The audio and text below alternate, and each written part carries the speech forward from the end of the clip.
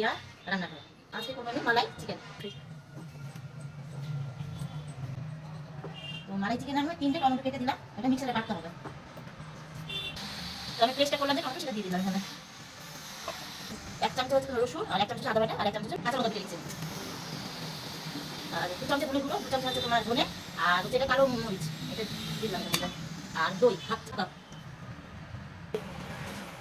তো আমি স্বাদ অনুযায়ী লবণ দিলাম। তো এটা ম্যারিনেট করে রাখতে হবে প্রায় 1 ঘন্টা ফ্রিজের মধ্যে। ম্যারিনেট করে রাখতে হবে ফ্রিজে, ঠিক আছে? 1 ঘন্টা রাখলেই হয়ে যাবে। তো আমি 4টে পেঁয়াজ রাখলাম, পেঁয়াজ 4টে কাটবো।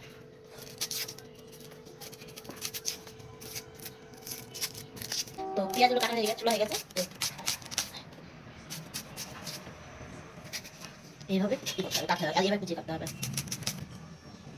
তো এইভাবে কুচিয়ে পেঁয়াজগুলো কাটা হবে সব, ঠিক আছে? কাটা হয়ে গেছে আমার সবটা। তো আমি হাফ কাপের মতন তেল দিলাম।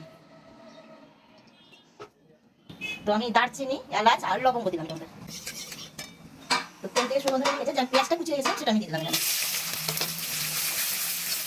তো পেঁয়াজটা কালার হয়ে গেছে, দারুণ কালার হয়ে গেছে, এখনই লোক লেগে গেল খাওয়ার জন্য। তো যে মাংসটা ম্যারিনেট করে রেখেছিলাম সেটা আমি দিয়ে দিলাম।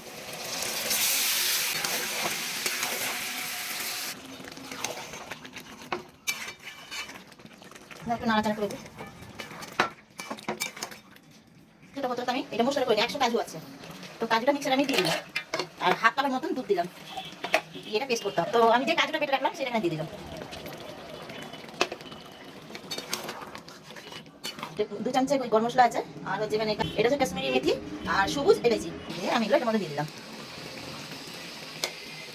দারুণ দেখতে হেভি লাগছে কাজটা, দারুণভাবে রান্না আছে, এই দিয়ে মজাই হবে। তো এটার মধ্যে হাফ মাখন আছে, 4টে কাঁচা লঙ্কা, আর হচ্ছে চেরি ফিশ, আর হচ্ছে ধনে পাতা, এটা দিয়ে ম্যাচে শাক করবো।